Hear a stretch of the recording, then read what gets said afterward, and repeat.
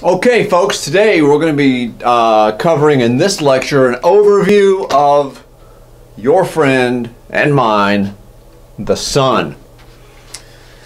Now, what we have over here on the left-hand side looks kind of like the vital stats columns we use for the planets. They don't all apply, and also there's some things that apply to the Sun that don't apply to the planets. So these don't show up in your table, but I wanted to introduce you to the Sun, the scientific side of the Sun, by listing a few numbers for you. All right, so we'll get to all this mess over here in just a minute.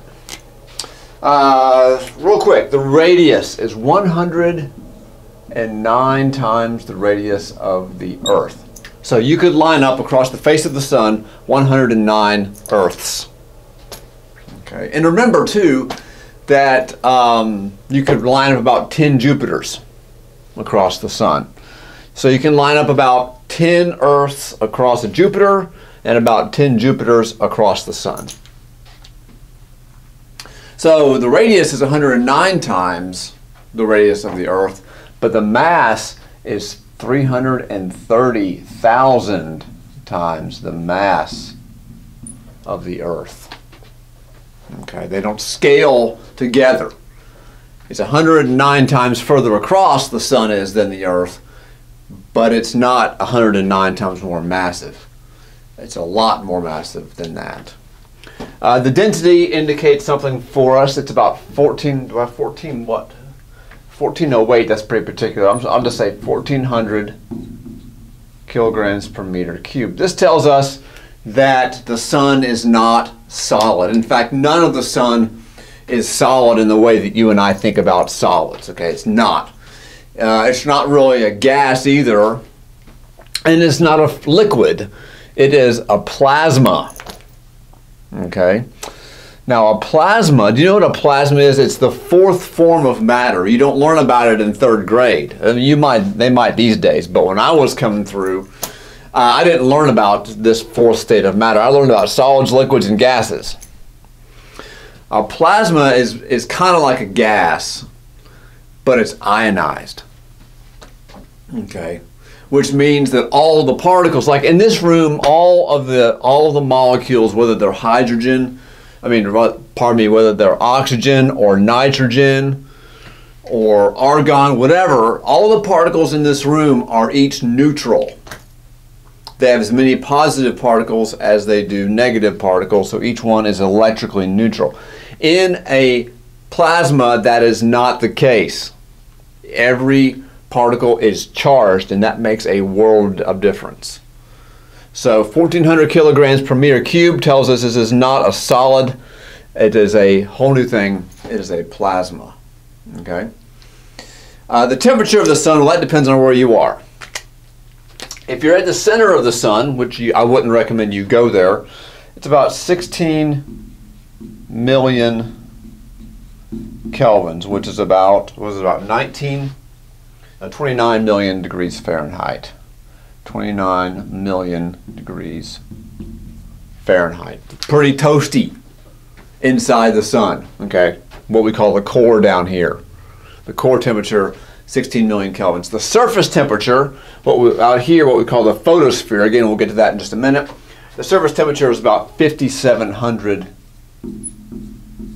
kelvins, which is about 9,800 degrees Fahrenheit. That's the surface. So the first temperature is the core, down in the middle of the Sun. The second temperature, the 5,700 kelvins, that's the temperature of the part of the Sun that we can see, what we call it's not really a surface like the Earth has a surface, but it's this yellow line here called the photosphere. Actually, it's the green line called the photosphere. Okay, the rotational period of the Earth is different at different parts.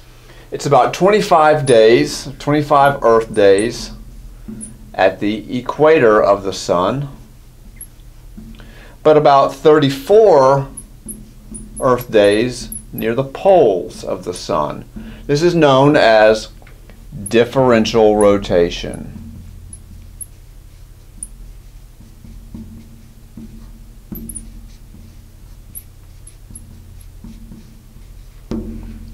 And all the outer planets Jupiter, Saturn, Uranus, and Neptune all do the same thing.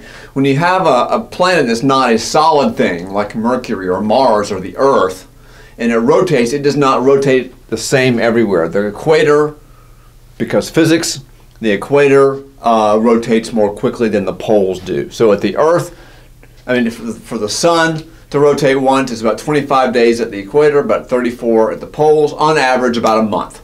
So the Sun does indeed rotate about once per month. Magnetic field is big. It varies really as you go from point to point on the Sun, and occasionally when about every 11 years the number of so-called sunspots increases a lot, and sunspots are regions of extremely high magnetic field. Just know that the magnetic field of the Sun is very significant. Okay.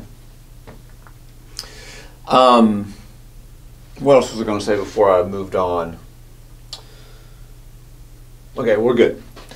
The last number I want to write down here is not a number that we apply to any of the planets. It's the luminosity. Okay, the luminosity of the Sun. Well, the luminosity of the Sun, now what's luminosity? Well, it's kind of like brightness, right? Luminosity, brightness. It's measured in watts, so we're all very familiar with this, right? You've got your 100-watt light bulbs, for example. That's brighter than a 40-watt light bulb. Okay, so the more watts you have, the brighter the light bulb is. So if we have 100-watt light bulbs and we have 40-watt light bulbs, what's the wattage of the Sun? Well, make sure I got my exponent right here. I think it's 26. Let me check and make sure I'm right. Yes, it is not 40 watts, not 100 watts. The Sun has a luminosity of 4 times 10 to the 26 watts. That is a lot of watts. That's extremely intense. Okay, that's a lot of watts. And so, you know, to get your light bulb burning, you gotta like plug your lamp into the wall, right? You gotta have an energy source. That light bulb's not gonna light without a source of energy for it. You gotta put your light bulb into a lamp and stick the lamp cord into the wall, which is connected, you know, to the power grid and so forth. So that's where you get your brightness from a light bulb. You have to have an energy source. Well, there's no cord. You know, the Sun doesn't have, you know, a cord attached to it, right? This is the Sun, right? There's no cord attached to it that you plug into the wall, right? So where's the energy coming from? If you can't just plug it in, they can't plug a Sun into the, that's four with 26 zeros after it. That's a whole lot of watts. If we need to take our lamp and plug it into the wall and get energy from the power grid in order to make our little 100-watt light bulb light up, where does all the energy come from to make the Sun light up? That's going to be the main topic for our Sun section, these last few videos. The main topic is going to be, where does the power come from? Right? All these watts,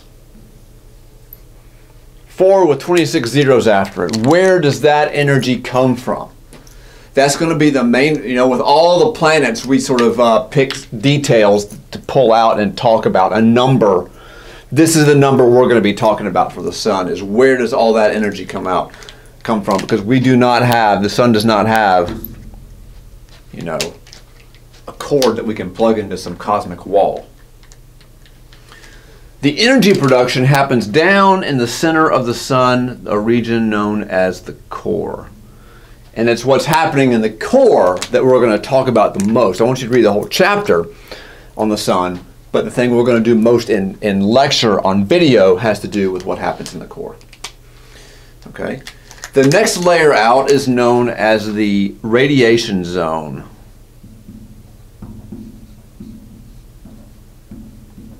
And the region above that is known as the convection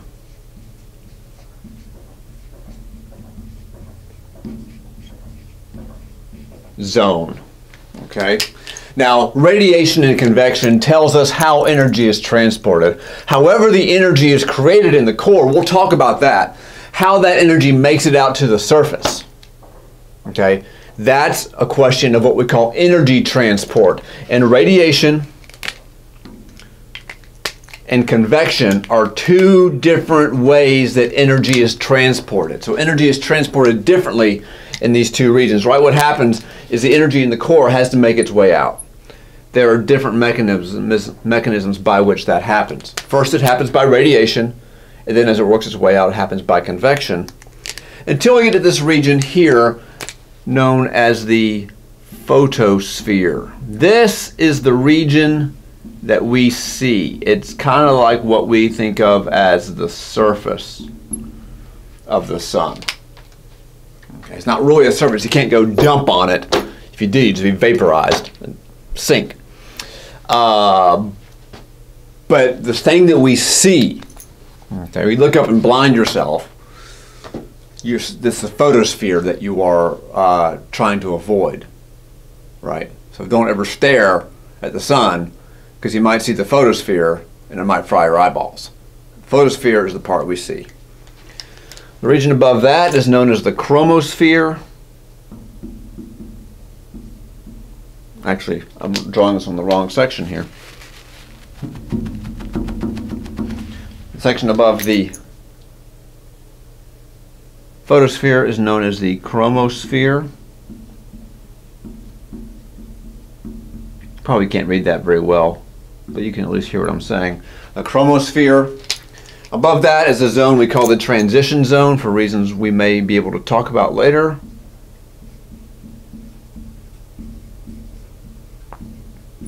And out here we have a region called the corona. During a total solar eclipse like the one we had back in August of 2017, it's the corona that you can see, and that is safe to look at.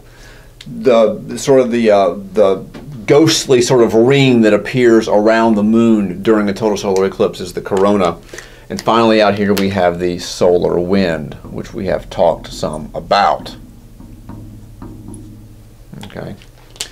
But the main point of the next few lectures, the next few videos, really from now on the next several, is going to be what is happening down here in the core, because it is there that all this energy is produced. Okay, and you need to remember that it's super hot down there. Okay, 16 million kelvins, 29 million degrees Fahrenheit. And what happens when you get stuff really hot? Okay, well, you end up producing a whole lot of energy, and we'll talk about how that happens coming up next.